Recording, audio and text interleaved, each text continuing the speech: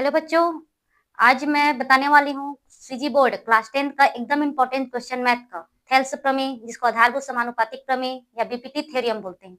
ये हर साल 5 नंबर का आता ही आता है, एकदम इम्पोर्टेंट है, ये आएगा ही। तो देखते हैं हम लोग यहाँ पर थेल्स प्रमेय। तो थेल्स प्रमेय और इसी को बोलते हैं आधारभूत समानुपातिक प्रमेय या बीपीटी थ्योरम। तो थेल्स प्रमेय क्या है? तो यहाँ पर किसी त्रिभुज की, तो प्रमेय को स्टार्ट करने से पहले हम लोग लिखेंगे इसके कथन को। तो कथन क्या है? सबसे पहले लिखा जाता है कथन, फिर उसके बाद डायग्राम, फिर उसमें रचना, फिर उसके बाद उसको उत्पत्ति करेंगे कैसे होगा। तो कथन क्या है? तो किसी त्रिभुज के किसी एक भुजा की, किसी त्रिभुज के किसी एक भुजा के समांतर खींची गई रेखा,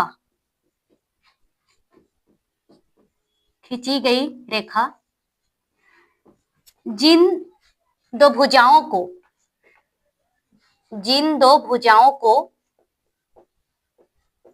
जिन बिंदुओं पर जिन दो भुजाओं को जिन दो बिंदुओं पर विभक्त करती है, जिन दो बिंदुओं पर प्रतिच्छेद करती है, उन्हें समान अनुपात में विभक्त करती है, उन्हें समान अनुपात में विभक्त करती है। ये कथन है, समान अनुपात में विभक्त करती है। तो आधारभूत समानुपातिक प्रमेय या थेल्स प्रमेय का कथन क्या हो जाएगा? किसी त्रिभुज के किसी एक भुजा के समांतर खींची गई रेखा जिन दो भुजाओं को जिन दो बिंदुओं पर प्रतिच्छेद करती है, उन्हें समान अनुपात में विभक्त करती है। अब यहाँ पर तो हम लोग डायग्राम को बना लेते हैं। कोई सा भी एक त्रिभुज हो गया, ठीक है, कोई सा भी एक क्या हो गया? त्रिभुज हो गया। तो ये त्रिभुज ले लिए हम लोग ए बी और सी, ठीक है। तो त्रिभुज की यहाँ पर ये ए बी सी एक त्रिभुज हो गया। अब इस त्रिभुज में किसी एक भुजा के समांतर, तीन भुजा है ए बी बी सी और ए सी, तो इसमें किसी भी भुजा के समांतर, तो यहाँ पर हम लोग लेते हैं बी सी के समांतर एक रेखा खींच दिए। तो यहाँ पर बी सी के समांतर एक रेखा है, तो ये हो गया डी और यहाँ पर हो गया ई। तो बी सी के समांतर जो रेखा खींचे डी ई, वो ए बी को बिंदु डी पर प्रतिच्छेद कर रही है, ए सी को बिंदु ई पर प्रतिच्छेद कर रही है। तो ये कह रहा है कि जिन दो बिंदुओं पर प्रतिच्छेद करती है, उन्हें समान अनुपात में विभक्त करती, मतलब ए बी को दो अनुपात में, ए डी और डी बी। यहाँ ई जो है ए सी को दो अनुपात में, ए ई और ई सी। तो यहाँ पर प्रूफ क्या करना है हम लोगों को? A D upon D B equal में ए ई अपान में ई सी, ये इतना हम लोगों को प्रूफ करना है, ठीक है। तो यहाँ पर एक त्रिभुज एबीसी है, एबीसी में एक भुजा बीसी के समांतर हम लोग एक रेखा खींच दिए डीई। तो डीई क्या कर रहा है? यहाँ पर डीई बिंदु डी ए बी को बिंदु डी पर प्रतिच्छेद कर रही है, ए सी को बिंदु ई पर प्रतिच्छेद कर रही है। तो इसको दो भाग में डिवाइड कर रही है, ए डी और डी बी, ए सी भुजा को ए ई और ई सी। तो ये दो अनुपात में ये क्या करेगी? समान अनुपात में, ए डी अपान में डी बी, ए ई अपान में ई सी। तो ये जो अनुपात होगा वो क्या होगा? समान होगा, इसी को प्रूव करना है। तो ये तो इसका डायग्राम हो गया। अब इसके बाद हम लोग करेंगे रचना, तो स्टेप बाय स्टेप इसको बनाते जाना है। अब रचना करेंगे, तो रचना में यहाँ पर क्या करेंगे कि यहाँ से डी से हम लोग लंब डाले ए ई पर, डी से भुजा ए ई या ई सी पर लंब डाले हम लोग डी एम लंब, ये लंब का निशान है। क्या किए हम लोग? भुजा यहाँ पर डी एम लंब ऐसी, ठीक है, ये लंब का निशान हो गया। उसके बाद ई से यहाँ इस भुजा पर लंब डालेंगे ई एन लंब, क्या हो जाएगा? ई एन लंब हो गया ए बी। उसके बाद यहाँ पर बी को ई से मिलाया गया और यहाँ पर सी को टी से, ठीक है। डी एम लंब ए ई हो गया ए सी करके, और ई एन लंब हो गया ए बी। बी को ई से मिला दिए और सी को डी से मिला दिए। जो रचना किए हैं उसको यहाँ पर लिखना है। क्या किए? बी को ई से तथा सी को डी से मिलाया, ये रचना हो गया। अब इसके बाद इसकी उत्पत्ति करेंगे कि ये कैसे कैसे बना है। पहले चित्र बनाए, पहले सबसे पहले कथन को, फिर क्या सिद्ध करना है चित्र से पता चलेगा, डायग्राम से, उसके बाद रचना करेंगे। अब रचना करेंगे, हम लोगों को इतना प्रूफ करना है उसमें। तो एक त्रिभुज देखते हैं, त्रिभुज ए डी ई में, चित्र देखकर बनाते जाएंगे। त्रिभुज ए डी ई में, तो यहाँ पर उस चित्र को हम लोग अलग से निकाल लेते हैं। यहाँ पर इस तरह से ये हो जाएगा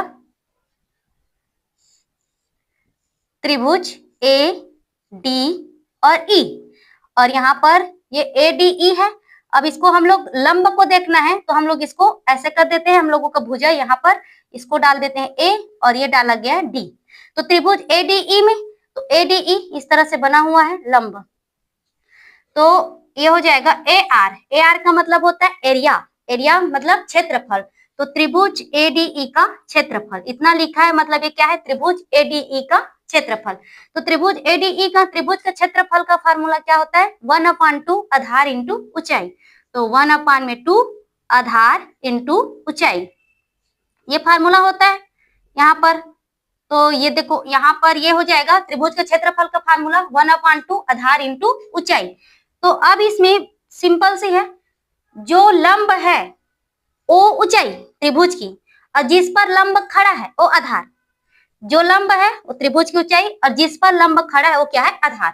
तो यहाँ पर आधार क्या हो जाएगा, डीएम क्या हुआ, लंब, और ये लंब किस पर खड़ा है, ए पर।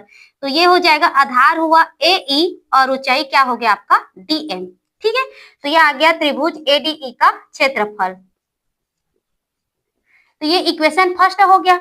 अब इसी त्रिभुज को एक और एंगल से देखेंगे, तो ये हो देखेंगे हम लोग त्रिभुज एडीई में, उसी त्रिभुज में देख रहे हैं, त्रिभुज एडीई में उसी को देखेंगे। बस डायग्राम को उसको निकाल निकाल कर बनाते जाना है, फिर कोई दिक्कत नहीं है।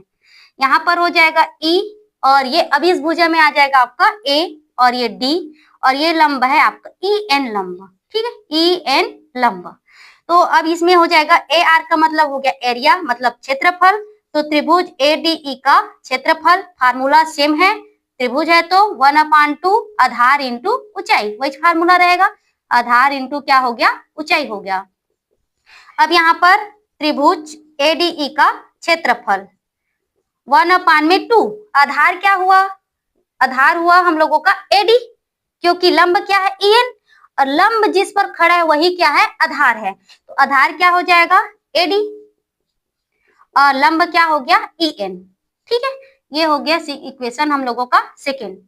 ठीक, वही करते जाना है, बाकी कुछ नहीं करना है, कि आधार इंटू ऊंचाई। अब ये दो तो हो गया। अब देखते हैं हम लोगों का तीसरा, देखेंगे यहाँ पर त्रिभुज बीडीई का क्षेत्रफल। तो त्रिभुज यहाँ बीडीई में, ये वाला बी डी और ई, इसका देखेंगे। तो यहाँ हम लोग देखेंगे बी डी ई में देखेंगे, तो बी डी इसका अब चित्र बनाना है, तो ये थोड़ा अलग बनेगा, ये थोड़ा अलग, मतलब यहाँ पर ये हो जाएगा, ये हो गया बी, और ये हो गया डी, और ये हम लोगों का यहाँ पर हुआ ई, ऐसे करके। ठीक है, बी डी। अब ये बी डी है, इस तरह से ये बना हुआ है बी डी। अब यहाँ जो लंब है, लंब तो यही है, ठीक है, इसका ई एन लंब ही है, लेकिन ये त्रिभुज से बाहर है। त्रिभुज की ऊंचाई मतलब लंब ही कहलाएगा, उसका जो लंब रहेगा वही क्या है, त्रिभुज की ऊंचाई है। तो इसको इस तरह से हम लोग बना सकते हैं, किसी एक भुजा को बढ़ाएंगे, यहाँ पर बीडी को आगे बढ़ाएंगे, तो ये लंब मिला हम लोगों को ई एन लंब। ठीक है, अब इसमें यहाँ पर हो जाएगा त्रिभुज बीडीई का क्षेत्रफल। तो ये त्रिभुज बीडीई का क्षेत्रफल फार्मूला वही रहेगा 1/2 आधार इंटू ऊंचाई। तो 1/2 आधार इंटू ऊंचाई। अब देखो आधार में बी एन नहीं लिखना, एन लंब है, आधार क्या है, बी डी। हम लोगों का त्रिभुज क्या है, बी डी ई है, उतना ही त्रिभुज है, यहाँ एन तक नहीं है, वो तो हम लोग इसको बढ़ाए हैं, उसमें लंब डाले हैं, वो उसकी ऊंचाई है। आधार क्या होगा, सिर्फ बी डी ही होगा। तो आधार क्या हो गया, बी डी, और यहाँ पर लंब क्या हो जाएगा, ऊंचाई क्या हो गया, ई एन। ये हो गया इक्वेशन थर्ड। तो यहाँ पर बस उसी को ध्यान देना है कि ये बी डी यहाँ अब लिख रहे हैं, तो ये आधार ऐसा नहीं है कि बी एन आधार है, ये एन को तो हम लोग बढ़ाए हैं, लंब डाला गया है, बेस तो हम लोगों का यही है बी डी। ठीक है, अब देखते हैं एक और आ गया हम लोगों का, ये तो बीडीई का क्षेत्रफल हो गया त्रिभुज सी डी ई में, इसमें देखेंगे तो ये भी सेम हो जाएगा, यहाँ पर सी डी ई में इस तरह से। तो यहाँ ये हो जाएगा हम लोगों का C, और ये हो गया E, और यहाँ पर हो गया D। अब ये हम लोग यहाँ से इस पर क्या डाल दिए, लंब डाल दिए, तो ये हम लोगों का आ गया M। ये भी सेम है, तो यहाँ पर त्रिभुज CDE का क्षेत्रफल, तो CDE का क्षेत्रफल तो 1/2 आधार इंटू ऊंचाई, सेम फार्मूला। तो आधार अब इसमें क्या बनेगा, DM क्या बना, लंब बना, C क्या है, आधार, CM आधार नहीं, गलती यहीं पर करते हैं, CM आधार नहीं, यहाँ पर M तो हम लोग लंब डाले हैं, उसको वहां तक बढ़ाए हैं, आधार क्या है CE, क्योंकि त्रिभुज क्या है हम लोगों का CDE, तो यहाँ पर EM तो CM आधार नहीं हो सकता, क्योंकि वो सिर्फ क्या है, वो लंब है, क्योंकि त्रिभुज की ऊंचाई जो लंब डाला रहेगा वही त्रिभुज की ऊंचाई होती है। तो यहाँ पर आधार में क्या आ गया, CE इंटू में हो गया DM, इक्वेशन हो गया 4। अब 4 इक्वेशन हम लोगों को मिल गया। अब यहाँ पर 4 इक्वेशन में देखते हैं, देखो AD अपान में D भी आना है, AE अपान में EC। अब AD कौन सी इक्वेशन में है, तो AD हम लोगों का है सेकेंड इक्वेशन में, DB कौन सी इक्वेशन में है, DB और BD वही है, सेकेंड यहाँ पर थर्ड इक्वेशन में है। AE कौन किस में है हम लोगों का, फर्स्ट में है, और EC किस में है, 4 में है, और ये अनुपात है मतलब डिवाइड करना है, तो उसको जो जो लिखा है उसको देख लेते हैं। तो AD हम लोगों का किस में है, समीकरण दूसरा में है, ठीक है, और DB किस में है हम लोगों का, समीकरण तीसरा में है। तो हम लोग क्या करेंगे, समीकरण दूसरा में तीसरा को भाग देंगे, जो जो लिखा है उसी को वो करना है।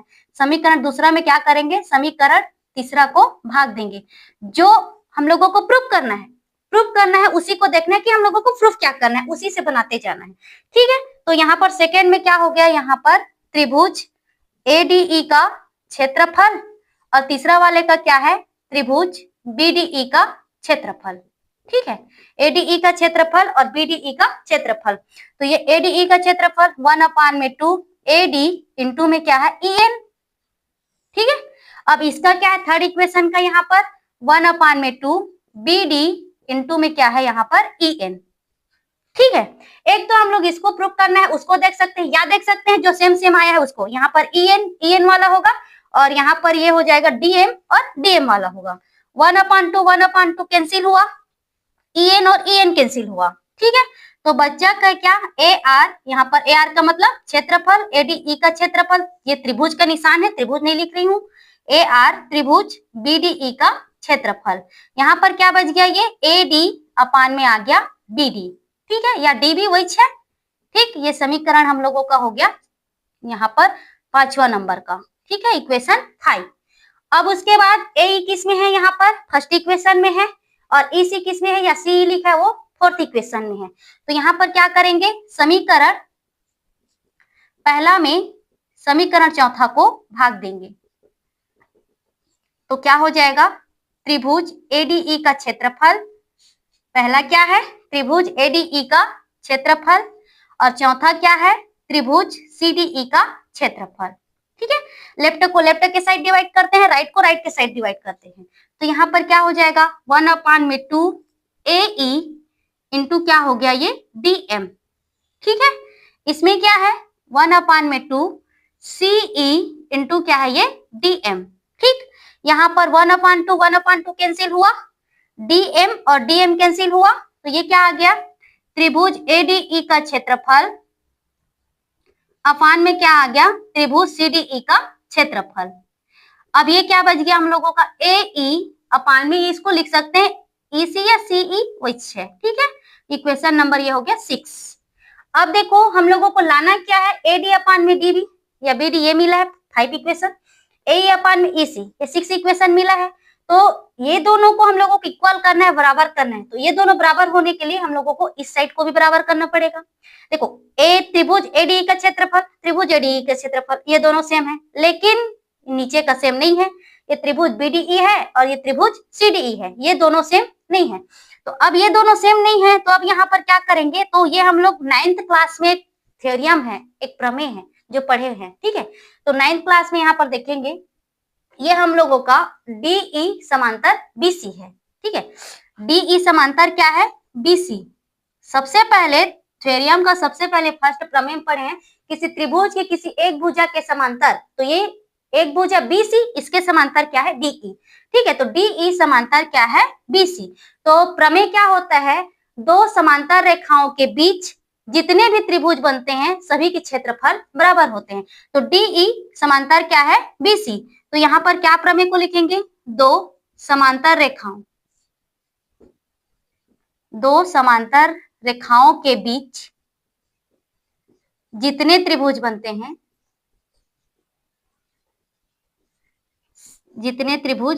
हैं सभी का क्षेत्रफल समान होता है, ये प्रमेय है। ठीक है, तो यहाँ पर दो समांतर रेखाओं के बीच जितने भी त्रिभुज बनते हैं सभी का क्षेत्रफल समान होते हैं। अब हम लोगों को देखना किसको है, इसको CDE और यहाँ पर ये क्या हो जाएगा BDE। तो देखो BDE CDE, ये DE और BC दोनों के बीच में है, BC और DE इनके बीच में आ रहा है आपका BDE एक त्रिभुज और CDE त्रिभुज, मतलब दोनों का क्षेत्रफल क्या हो जाएगा समान हो जाएगा। ये हो जाएगा त्रिभुज CDE इक्वल में हो जाएगा त्रिभुज BDE का क्षेत्रफल, दोनों के क्षेत्रफल क्या हो गए समान हो गए। देखो 5 और 6 इक्वेशन से देखेंगे तो ADE ये ADE या इस एंगल से ले या उस एंगल से ले क्षेत्रफल तो सेम आएगा ना। उसके बाद यहाँ पर इसमें हम लोग देखेंगे तो ये अब इसको बराबर करना था, ऊपर तो बराबर है, नीचे को करना था। तो इसमें दो समांतर रेखाओं के बीच जितने भी त्रिभुज बनते हैं सभी के क्षेत्रफल क्या होते हैं समान होते हैं। तो इस साइड क्या हो गया समान हो गया, यहाँ पर ये क्षेत्रफल दोनों का बराबर हो गया। तो अब यहाँ पर 5 और 6 इक्वेशन से, तो 5 और 6 इक्वेशन से देखेंगे तो ये आ जाएगा हम लोगों का AD अपान में BD इक्वल हो जाएगा AE अपान में CE। अब AD अपान में BD, अब जैसे प्रूव करने के लिए लिखे हैं वैसे लिख देते हैं इसको, AD अपान में ये DB, ठीक है, और AE अपान में CE EC, ये हो गया। इतना सीधा करना था, हो गया, इति सिद्धम। थेरस प्रमेय कंप्लीट है। ये जो है एग्जाम में या तो थेरस प्रमेय करके लिखा रहता है, आधारभूत समानुपातिक प्रमेय या BPT थ्योरम। तो यहाँ पर या प्रमेय को लिख दिया रहता है अप्रूव करने के लिए उसको बोला जाता है, या कथन लिख दिया रहता है उसको सिद्ध करने के लिए बोला जाता है। तो ये दोनों रूप में आता है, लेकिन एग्जाम में ये आता ही है, इंपॉर्टेंट क्वेश्चन है, हर साल ये आ ही रहा है, 5 नंबर इससे कहीं नहीं जाने वाला है। ठीक है।